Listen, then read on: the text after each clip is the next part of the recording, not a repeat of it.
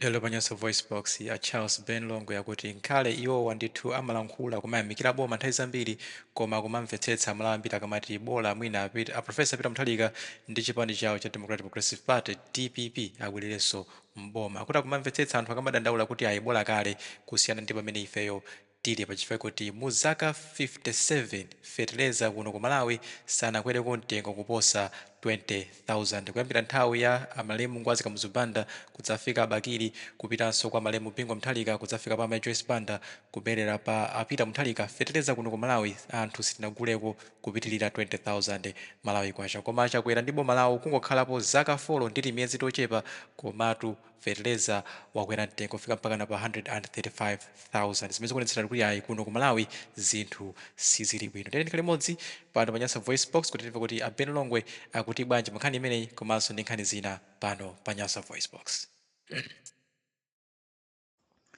Ndi kulandireni wokondedwa omvera lero lino pa 15th of January 2025 and it happens to be on Wednesday while my time says 34 minutes after 12 noon chigawo chimenechi chakumadzulo ndi chakumasana imene ndipo mbwalo limeneli muli ndine Charles Ben Longwe. Lero ndi tsiku limene timakumbukira m'busa John Chilembwe amene adalimbanapo ndi azungu mdziko muno kuti aitikhale ndi ufulu ozilamulira mwachidule, amene adayesesa kunena kuti dziko lino likhale ndi umphawi kufikira lero lino. Tiyamikire kuti mwina vision yake sikuti inali yoti ikhale mene zilili panopamu mwina kapena John Chilembweyo ngati akuliona dziko la Malawi pamene lili kunena kuti azungu ankalimbana nawo aja adachokadi mdziko muno mulibe. Tilimo tokha nde tokha ikukhala ngati nkhondo sopano, kuzunzana tokha kumvesana kupweteka tokha kumvesana kupweteka kotu kuyambira mabanja kufikira maofesi kunsika mpaka na kuzipani kukafika mpaka na kuboma, kumvesana kuwawa kukha kumene tikumvesana kuwa moti ifeyo tikama nena kuti tikukumbukira m'busa John Chilembwe pa 15th ndikuona ngati kuti tikanamakhalako ndi manyazi nthawi zina kunena kuti kumanenako kuti ndi situation imene ililimu chaka chino sitikumbukirako za John Chilembwe chifukwa zimene zikuchitika ndi masomphenya a John Chilembweyo sizikugwirizana. Mwayiona imeneyo tikati timverenso ma speech amene akutuluka pa John Chilembwe Day kandi kuchiradzuluko akunena kuti musamangokhala manjalende mudzigwira ntchito muzilima, olimawo azikalima fertilizer ali ndi kunifi kumene anthu amakabwereka ndalama chimozimozi. Olima azilima koma fertilizer ali ku National Bank, olima azilima fertilizer ali ku Standard Bank, olima azilima koma fertilizer ali ku Eco Bank. Ndomana kuti zilimani musamangokhala manjalende. Let me respond to this one. Mudziko muno sikuti anthu salima, sikuti anthu ndi alesi, akanakhala kuti anthu ndi alesi simukanalipeza dziko limene lililimu. Anthu awawa akhala ma hard workers kuyambira nthawi ya chitengeni ufulu ozilamulira, nthawi ya kamuzama yendera mbewu, nthawi ya Bingu wa Mutharika chimanga chinali mbwe pena paliponse. Anthu amene mukuti ndi amanjalende sakulimawa limene ndibodza nkhani ndiona kuti mdziko muno fertilizer wadula kuchoka pa 18,000 kapena tingoyika 20,000 thumba mmene linalili nthawi ya Profesa Arthur Peter wa Mutharika kuzakafika pa 135,000. mukhoza kuona nokha kuna kuti wakwera ndi ma percentage angati kuchoka pa 20,000 kukafika pa 135,000. 20,000 ndi nthawi ya COVID-19. Nthawi ya COVID-19 inamba chama 2018 mpang'ono 2019 mu kudusa 2019 Professor Arthur Peter wa Mutharika ali president. Kuzakafika mpaka na 2020 COVID-19 yo ilipo. Kuzatenga achakwera COVID-19 yo ilipo. Bagi la fertilizer lili pa 20,000. lachoka pa 20,000 lero lakhulula lakafika mpakana nde munene kuti kuchoka nthawi ya Kamuzu kuzafika nthawi ya Profesa Arthur Peter Mutharika thumba la fertilizer ukapezeka pa 20,000. Pakati apa padusa marijimu angati kuti tiwerenge. Kamuzu 31 years. Alright? Dr. Bakiri Muluzi 10 years. Imene lichani 41 years. Kuchoka Bakiri Muluzi kuzabwera Bingwa Mutharika 8 years. Maiona 41 plus 8 49 years. Kuchoka Abingwa Mutharika kuzabwera Mai Joyce Banda 2 years. 49 years plus 2 years, that is 51 years. 51 years kuzabwera Professor Arthur Peter Mutharika 6 years. Imene ili 51 plus 6 imene ili 57 years. 57 years. 57 years. Fertilizer 20,000 kwacha. 57 years. Fertilizer 20,000 kwacha. Mwaiona ameneyo 57 years. Kuzafika pakana pamene Professor Arthur Peter Mutharika amnalamulira 6 years. 20,000 kwacha bagi la fertilizer. Kubwera Dr. Lazarus Makathi Chakwera from 2020 kuzafika lero lino 2025 imene sitidakwanisa ngakhale 5 years isidate thumba la fertilizer 135,000. 57 years, 20,000 kwacha. 4 years and some couple of months, 135,000. I don't know kuti maths anu magwirisa ntchito banji. Komano look at do calculations. Muone kuna kuti pa 57 years fertilizer makwera ndima percentage angati. Thinking about mulimi wa kumudzi ovutika, thinking osati kuganiza kwa iweyo wekha muntu kuti bola ineyo pamene ndilipa zili bwino. Komano kuganiza za anthu ena ake kumudzi for 57 years. Pena pake ndikumakhala ndikumvesa anthu ena ake akamana kuti profesa moja abwerere mboma. Ndikumakhalanso ndikumvesa kuti ngakhale ine ndimayamikira boma ena akamati bola Bakiri Muluzi atabwereranso mboma. Chifukwa zikuoneka kuti ife achinyamata zativuta. 57 years amwene boma loyendesedwa ndi madala okhaokha. Kamuzu anali ndala. A Dr. Bakiri Muluzi ndala. Kubwera ndani awa kubwera Bingwa Mutharika madala. Wachitsikana amayi okha Joyce Banda. Professor Arthur Peter Mutharika ndala. 57 years fertilizer 20,000 kwacha. Kubwera ifeyo anyamata organiza bo within a period of 4 years fertilizer 135,000. Zone naku ayayi nkhondo ya ku Russia, iyayi Ukraine, iyayi Israel, iyayi Palestina kuti masamuguzisa apotaso nkhondo zimenezi. Tikamayankhula ine ndikamayamikira boma ndimayankhula from deep down my heart. Ndipo imakhala ponso nthawi yona kuti boma ndaliyamikira lija ndili truthes. Kutsutsa boma kusitu kuna kuti boma la Chakwera ligwe 2025 ino. Komano look at the well-being ya anthu kumudzi. Anzano aendesa boma lomwero 57 years madala okhaokha fertilizer ndukapa 20,000 kwacha. Inu kungolitenga 4 years fertilizer 135,000. Kumene tizifika 10 years ndi inuyo kukhala mavuto a mtundu wanji akulu banji.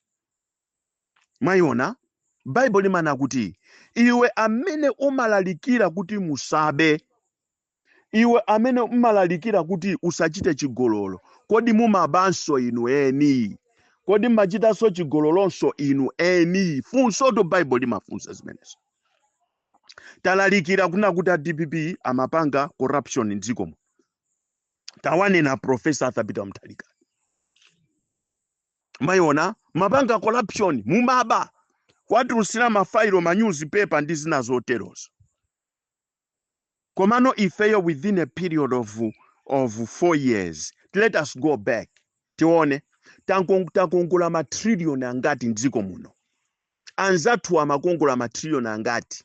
If I'm not mistaken, dziko lino linali ndi ngongole yosadusa mwina make 4 trillion ngongole yokha.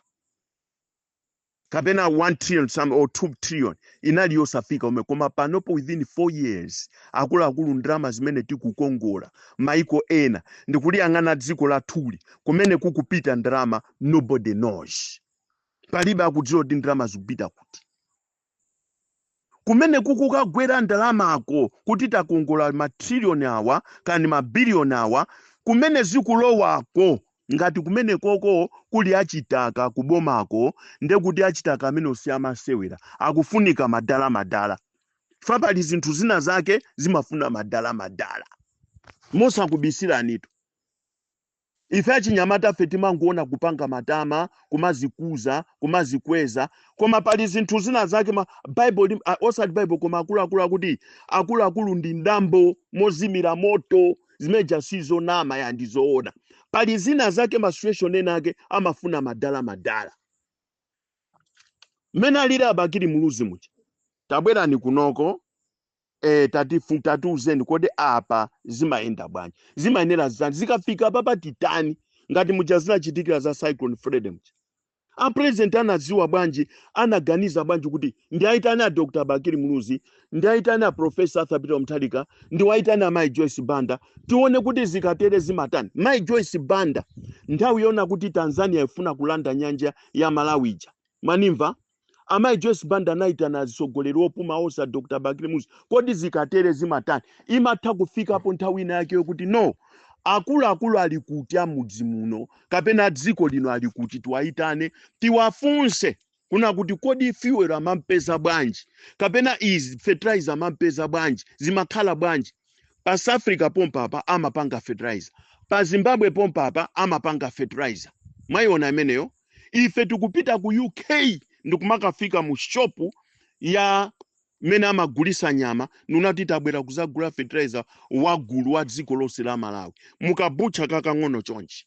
Atone General kokafuna ndalama fertilizer okagulidwa ku UK, Atone General kokafuna ndalama kupita ku Germany parallel to the equator. Ndeti kankhula choncho kumati Ben Longwe ndioyipa ine ndakhandi kuyamikira boma. Ndipo anthu akhala kundinena kuti ndikuyamikira boma chifukwa ndili mu dziko la Malawi ndikuopa kumangidwa. Ndikukanika kuti nditsutse boma. Panopo ndifuna nene kuti ndikutsutsa boma ndili ku Malawi konkuno. Ndikutsutsa ndili ku Malawi konkuno palizoena kuti nditsutse. Chilembwe deye mukanangoitseka kaye kuti tisolve mavuto amene tili nawo mdziko mu. There is no need to display happiness. Kuti we are happy, whatsoever. That's not right. Mwayiona ameneyo. Ndrama zikulowera kuti zimene tikumatengazi anthu akuvutika mdziko muno. Dziko linolo ndrama zimene zakati kukongola kwa FM kandi kuti kama banki anji kama iko anji ndrama zimene zikanakha kuti zonse zilipo dziko la Malawi bwe zilitalemera pakaleba. Aliyense bwe zakusangalala. Komano the problem ndiona kuti ifeyo mmene tinabadwa anthu ongombera mfiti manja taziombera ni manja. Manimva ndikuuzeni what a dictator means.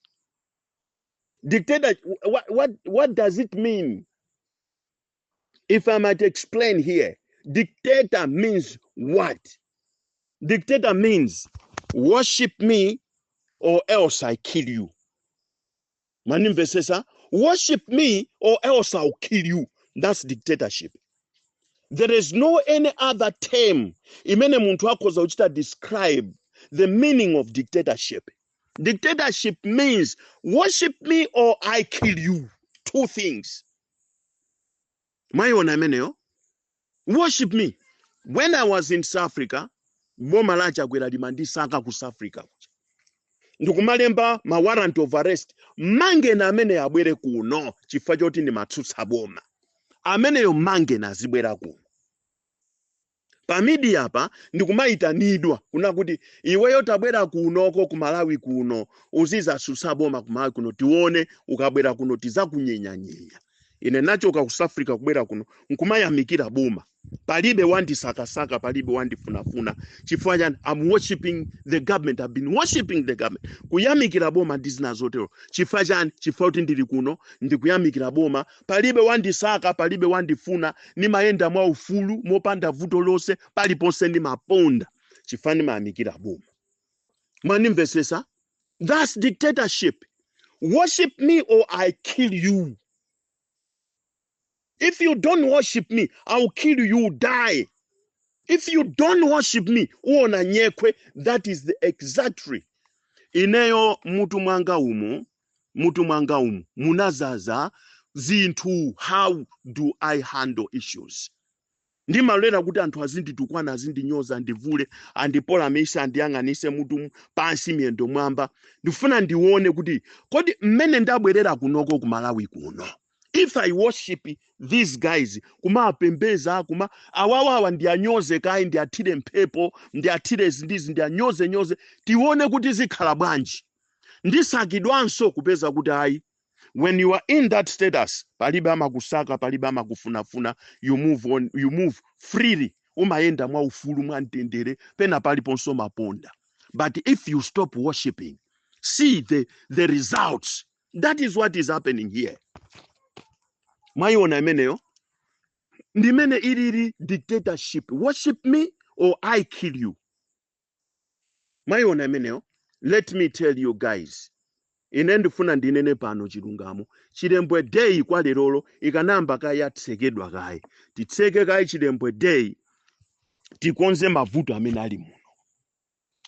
Mavuto ali muno akufuna chuma, akufuna ndalama, afuna kusa. Funso, kodi kusa imene takhala tikukongola ndalama zimene zakhala zikupita kuti? Chifukwa chani dziko lathu lidakali movutika kuposanso nthawi kuti kuvutikisisa kuposa nthawi ya Professor Arthur Peter Mutharika, kuposa nthawi ya Mai Joyce Banda, kuposa nthawi ya Malemu Bingwa Mutharika, kuposa nthawi ya Dr. Bakili Muluzi. Why are we suffering? Zikatero choncho tikayamba kuyankhula choncho tikonzekere kugula maloya ndi zina zotero, kupita mabwalo a milandu, Mikuyu prison ija ndekuti itseguka, Maula prison itseguka, Chichiri prison itseguka, chifukwa choti chani, chifukwa chonena kuti I have stopped worshiping. Mwayiona amene, for the whole year I came here January, February, March, April, May, June, July, August, September, October, November, December, worshiping, praising, worshiping. No one hunted for me. Koma mene nali ku South Africa, ndimalandira komweko kumandira ma threat ndili ku South Africa konko because ineyo ndimatsutsa boma. Abakili Muluzi aja atakhala kunena kuti Abakili Muluzi TV atembenuka lero. Ndikuyamba kumayamika boma. Ndifuna ndikuze ndiboma silingachite spend 5 billion kumasaka iwaje. Mwayiona imeneyo izithera pamenepo zosaka. Komano, let me tell you, what kind of a government in a democratic country that does not need to be criticized? Musadisuse ife tukwendesa bwino zinthu. Inutu mukuoneka tuziphanza. Let me say it this way. Mukuoneka ziphanza, anthu onenepa, anamadya bwino. Even akapambwe mulenga anzathu, amene timaona kuti awa ndi akapambwe mulenga, akuchita kuoneka kuti panopo asamba, ageza, zithuza kuponya pa social media, tikuona kuti anthutu asamba sopano awa. Mwayiona imeneyo? Koma anthu akuvutika mdziko muno. People are suffering in this country. Zinthu zavuta zafika pona kuti anthu amabwera ku misonkhano aja amafuna 2000 kwacha mapassage. Not kuna kuti there is good governance in this country. Chifukwa tikamakuza nisimamba maona ngati kuti ife timadana nanu. Koma this audio does not mean kuna kuti muluze zisankho, the campaigning, whatever. Let us solve the problems in this country. Let us stop threatening each other tiyeni tikonze dziko lathu lino. Sitingaende kuyambira 2020, 2021, 2022, 2023, 2024 mpaka na 2025 wo mpaka na nthawi ya zisankho kufika D. Tikulimbanabe ndi azibusa amene akutitsutsa. Azibusa amene akutitsutsa kwamanga. Members of parliament amene akutitsutsa kwamanga. Wina aliyense amene akutitsutsa mpaka kumanga shumba weni shumba weni kumanga shumba weni nditu kulowa nditu ukakhala kumaula. Ndikumamuyankhula daily shumba weni kumanga. Makosana, let me tell you, if we are still in a democratic country, we need to resume our freedoms. Maufulu amene aphwanyidwa, we need to resume them. Ngati palibe njira yochita resume, tiunikirenso kuna kuti tingachite bwanji kuti tibwerere ku 1993. Zisankho zapa 16 September zisadachitike. What do we do so that we go back to 1993? Let us not focus on the 16th September. Let us not be blinded. Tiziyangana pa 16 September. No, let us go back to 1993 and find good ways of how to redeem this country and resume our freedoms in this country. Mayona ameneyo, ziko iliri anthu akuvutika been here. Kumamizi, kuenda mbali mwa nyanja umu, kumamizi, kupita kumuzi, kuona kuti koma dziko ili anthu akuzunzika, atozunzika anthu. Chilembwe Day inayenera kuti yimekai tikonze dziko lathuli. Our problem is not Chilembwe Day. Our problem is the problems that has occurred in our country. Mulunguso akuoneka kuti wakuya nalo dziko. Pena pake ndikakhala phe ndikuona kuti no, somewhere somehow God is angry with this country. Benongwe mwakuti zikuoneka ngati kuti iweyo mutu wako sukugwira ine wanga sumagwira kumene. Iwe kuoneka ngati ozelezeka kuti ine nazerezeka kalekale ndinozerezeka kumene. When something is wrong, ine ndimayankhula what is wrong. Ndimanena chimene chalakwikacho ndichi. Ndipo sindisamala kuti ati onditukwana anditukwana bwanji, ndipo ondiyimirira ndikamatukwanidwa ndimakhaso ndilibe. Komano dzikoli pamene lili pali kufunika Dr. Chakwera mulikonze dziko lino. Ineyo, I don't see the reasons why a president must have too many advisors. Kodi ma advisor amene wawa, amene amalipidwa every day, kumalipidwa every month, malawansi nkati, akugwina ntchito yanji. What kind of advice do they give to the president? If this country is like this, in shambles and in shame like this. This was a warm heart of Africa before. Ndimene timalinyadilira. A warm heart of Africa by this time, ndekuti mmera kukongola, ndekuti anthu akulima bwino, fertilizer alipo koma panopo, if you don't have money, you can't do anything. Anthu to amakhala nditwe ka 20,000 ndikukagula fertilizer. Akakhandi 100,000 ndekuti ali ndi mabage 5. Akuzoti mabage anga 5. Akakhandi 200,000 amadziwa kuti ndili ndi mabage anga okwana 10. 200,000 mabagi 10. Panopo mabagi 10 ndi 1.3 million. 500,000 kage pamwamba. Ka 5,000 ka 500 kandi ka 50,000 ya pamwamba. Mabagi 10. Amene anthu amagula mabagi 10 iwo 200,000 kukhala so ndi change. Change kupita ukagula mabagi 10 aja ndikukhala ndi change kugula zakudya, kugula nyama, kugula cha ndikumabwera ku nyumba. Lero lino mabagi 10 ndi 1,350,000. Mabagi 10 a fertilizer. This country is ndinene kuti corruption of this country is moving in a fast lane. Corruption of this country is moving in a fast lane. katangale wa dziko lino watenga fast lane.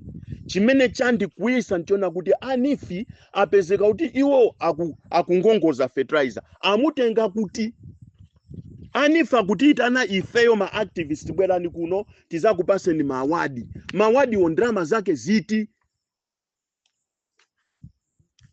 Zimene amapereka kwa ma activist ndrama zake ziti.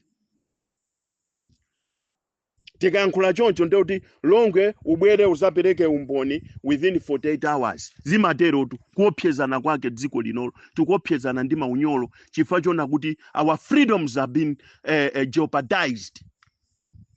Tionesesa ineyo Ben Longwe ndionesesa tinakusiyana ena inu kuti tapangani tikuoneni kuti mmadani. Tionesesa kuna kuti our freedoms have been resumed in this country. The issue is it's not all about talking and talking and talking and arguing on social media. The thing is actions. Whenever we're gonna get our freedoms back, we're gonna get them. Ka United Nations ititandize ma freedoms athu apangidwe resumed in this country. Kumamangana pazifukwa zandale ndizina zotero, that's not freedom, that's not democracy. Ndima ya mikira zinthu zina zimene zimachitika ndiziko muno. For example, cabinet reshuffle imene yachitika.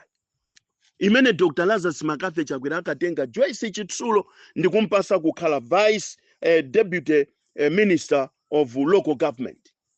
That's good. Zimene zonti zinthu zimene tikhoza kuziyamikiranso pa zimene timaziyamikirasi. Kukatenga Honorable Chimpeni, who is doing nothing, kunkatabe kuno, doing completely nothing, ma development sake onse ali kumanda. Kukamutenga ameneyo ndukha deputy minister wa organization ina kaya ministry ina yake kumeneko. Yeah, tikuyamika kuna kuti that's a good combination. Manimvesesa ziko lifunika kulikonza panopo tikamana kuti tikutsatira rule of law. Ife ya Malawi tukunama, there is nothing like rule of law in this country. There is abuse, there is a lot of things. Kaya ochita upozi boma, otsusa boma, akungobera ndi ma propaganda, kulalata, kuyankhula izindizi, zinthu za maboza, ndi zina zoterozo. There is no order in this country. When there is no order on top there can never be order down here. Ngati kumutuko sikuli bwino, musayembekezere pansi pakuti pakhala bwino. Anta mukhoza kutenga mabilioni anu, tenti asake na Ntanyiwa, tenti asake na Bakiri Muluzi, tenti asake na koma ngati kumutuko sikuli bwino, pansi ponsepa sipakhala bwino. Anta olo Yesu anayankhulapo zimeza kuti mukale sawawa kufula indisatu samyala izafula. You think when you close Bakiri Muluzi TV, when you close Ntanyiwa, ena sadzuka ngakhale kuti anyamata zimene ampanga ni mapropaganda za mabodza zina zotero amakomesera amaikira mang'ombe chifoti kumutu kusikuli bwino. Kumutu kukakhala kuti kukwenda bwino hedi kwenda bwino miendoyi imasagana limodzi ndi brain ya munthu mmene kuganizira. Ndiyendere kumiyendo malwira konko brain kangoti atikhota apa tiyendere mmayendera konko brain imayenda limodzi ndi zala zakupazi. So ngati brain sili bwino kumutu, mapazi waso amakalowa mu dustbin olo pa moto mapazi akhoza kukalowa pa moto. Kumutu kusikuli bwino. Ngati kumutu sikuli bwino, mapazi wamatha kulowa ulo pa phulusa. Ngati kumutu sikuli bwino, musayembekezere kuti pansipa nde anthu aziganiza bwino. Kusaganiza bwino kwa Ntanyiwa, kusaganiza bwino kwa Bakiri Muluzi TV, ndi chifukwa choti kumutu ku brain sili bwino. Zino kwambiri munali ndine Charles Ben Longwe. Terera nyana bwana apa bwalo sakuchoka. Chilikati kwipi pala apanyenye mkolongo. Maphang'ombe bwana. Tizikuza ni chilunga. God bless you and have a wonderful day. Thank you.